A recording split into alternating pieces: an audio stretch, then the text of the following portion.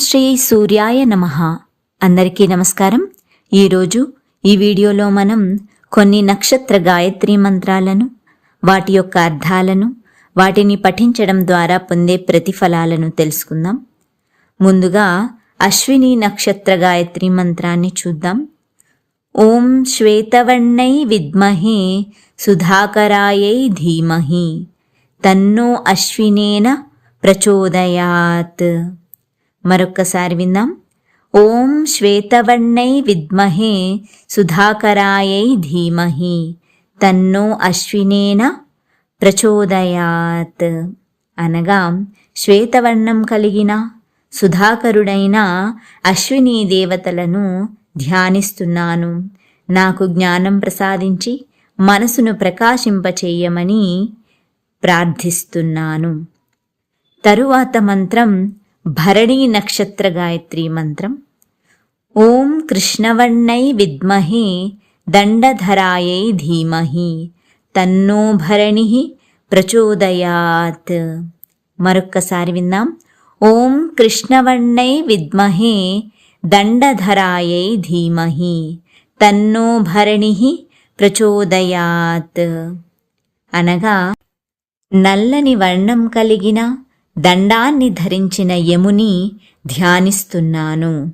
నాకు జ్ఞానం ప్రసాదించి మనసును ప్రకాశింపచేయమని భరణిని ప్రార్థిస్తున్నాను. తరువాత మంత్రం కృత్తికా నక్షత్ర గాయత్రి మంత్రం. ఓం వన్నిదేహాయై విద్మహే మహాతపాయై ధీమహి తన్నో కృత్తికా ప్రచోదయాత్. మరొక్కసారి విందాం. ఓం వన్నిదేహాయై విద్మహే మహాతపాయై ధీమహి తన్నో కృత్తికా ప్రచోదయాత్. అనగా వన్నిదేహం కలవాడు, మహాతపస్సు చేసేవాడు అయిన అగ్నిని ధ్యానిస్తున్నాను. నాకు జ్ఞానం ప్రసాదించి నా మనసును ప్రకాశింపచేయమని కృత్తికను ప్రార్థిస్తున్నాను. తరువాత మంత్రం రోహిణీ నక్షత్ర గాయత్రి మంత్రం. ఓం ప్రజావృద్ధ్యై చ విద్మహే విశ్వరూపాయై ధీమహి తన్నో రోహిణి ప్రచోదయాత్. మరొక్కసారి విందాం. ఓం ప్రజావృద్ధ్యై చ విద్మహే విశ్వరూపాయై ధీమహి తన్నో రోహిణి ప్రచోదయాత్. అనగా ప్రజలను వృద్ధి చేసే, విశ్వమంతా వ్యాపించిన వాడైన బ్రహ్మను ధ్యానిస్తున్నాను.